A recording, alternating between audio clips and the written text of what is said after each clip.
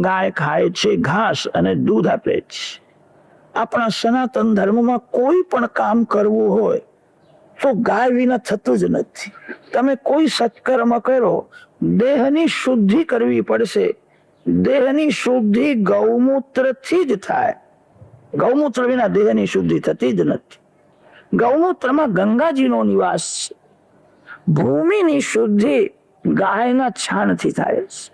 જે ઘરમાં ગાયના છાણનું લીપણ થતું નથી એ ઘર શુદ્ધ નથી.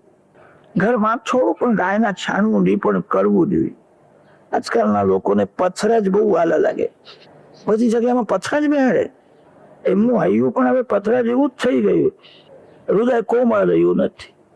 ભૂમિની શુદ્ધિ ગાયના છાણથી, દેહની શુદ્ધિ ગૌમૂત્રથી થાય છે. અગ્રમ અગ્રંચરંતીનામ ઔષધીનામ વને વને તાસામ વૃષભપત્નીનામ પવિત્રમ કાયશોધનમ. ગાય માતાની પ્રત્યેક વસ્તુ બહુ ઉપયોગી છે. ગાય માં છે, ગાય પશુ નથી. ગાયને પશુ માનશો નહીં. ભગવાન તમને સંપત્તિ આપે તો શું કરશો? તમને વધારે ધન મળે તો તમે એવો નિયમ લેજો, એક બે ગરીબને જમાડ્યા વિના હું નહીં જમું. ભગવાન તમને વધારે સંપત્તિ આપે તો ગાય માતાની સેવા કરો. ગાયમાં બધા દેવોનો નિવાસ. જે ગાય માતાને રાજી કરે એને બધા દેવો આશીર્વાદ આપે. ગાયના ગૌમૂત્રમાં ગંગાજી રહેલા છે. ગાયના એક એક અંગમાં દેવોનો નિવાસ છે.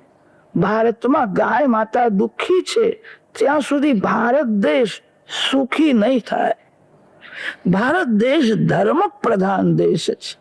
ભારત દેશ ઋષિ મુનિઓનો દેશ છે. તમારો જન્મ કોઈ ઋષિના વંશમાં થયો છે.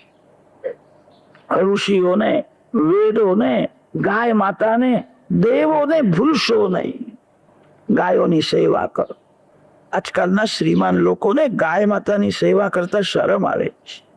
તમને પુત્રની સેવા કરતા જરાય શરમ આવતી નથી.